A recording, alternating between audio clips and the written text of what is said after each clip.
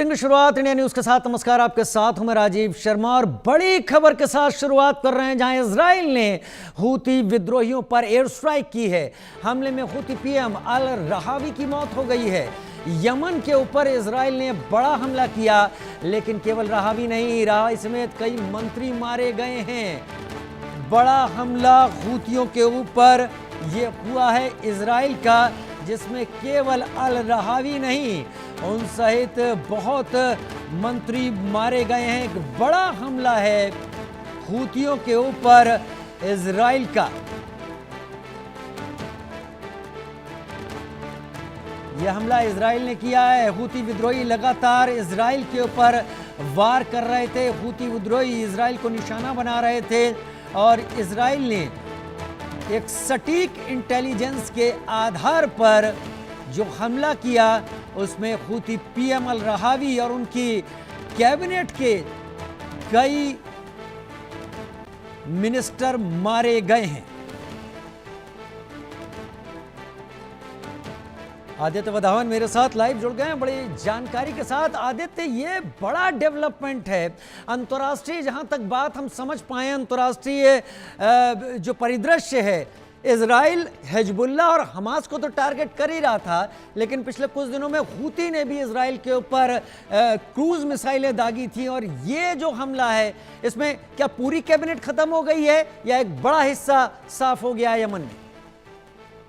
जी बिल्कुल राजीव, ये बहुत एक बड़ा हमला है इजराइल द्वारा हूती विद्रोहियों पे। हम जानते हैं कि हूती विद्रोहियों को जो है ईरान का पूरा पूरा संरक्षण है।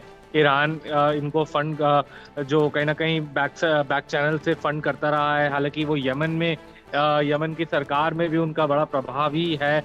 और इसमें जो है, जैसे कि आपने बोला कि जो हूती के प्रधानमंत्री थे वो मारे गए हैं और उनके काफी मंत्री जो है मारे गए हैं इजराइल के इस अटैक में।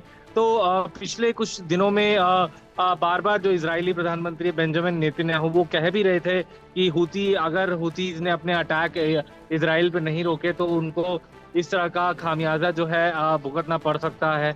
हम देख रहे थे पिछले कुछ दिनों में ऐसी भी कुछ पिछले समय में कुछ ऐसी वीडियो भी आई थी सामने कि जब एक न्यूज एंकर यमन में जो है न्यूज पढ़ रही थी, तो इमीडिएटली इजराइल ने जो उनके डिफेंस मिनिस्ट्री का हेडक्वार्टर्स है यमन की सरकार का, उस पर जो है बमबारी करी। तो काफी बमबारी इजराइल ने पिछले कुछ समय में करी यमन में, अगर हम माने। और हूतीज भी डायरेक्टली अगर हम माने तो उन्होंने बीच में एक बार जो है इजराइल के एयरपोर्ट पे एक रॉकेट से भी हमला करा। तो उसी की रिटेलिएशन में इजराइल पहले भी जो है हूती विद्रोहियों को वार्निंग दे रहा था कि आप इस तरह के अटैक ना करें और रोकें। तो इसी का अब ये जो फैसला जो है इजराइल का जो मेजर हमला हुआ है यमन में, ये सबके सामने। जी राजीव। आदित्य, ये बताइए कौन कौन बड़े मिनिस्टर मारे गए हैं जो इम्पैक्ट करते हैं यमन को बुरी तरीके से, प्रधानमंत्री अल रहावी के अलावा?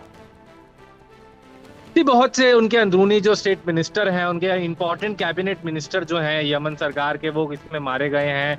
अभी इसकी पुष्टि नहीं है कि कौन एग्जैक्टली कौन मारे, लेकिन काफी मंत्री, ऐसी रिपोर्ट्स आ रही हैं कि काफी जो उनके तमाम जो टॉप कैबिनेट मिनिस्टर्स हैं यमन की सरकार के, वो इस इजराइल के हमले में मारे गए हैं। तो कहीं ना कहीं स्थिति बहुत ज्यादा गंभीर है और देखने वाली बात होगी कि क्या हूतीज इस पे जो है रिटेलिएट करते हैं या नहीं। लग रहा है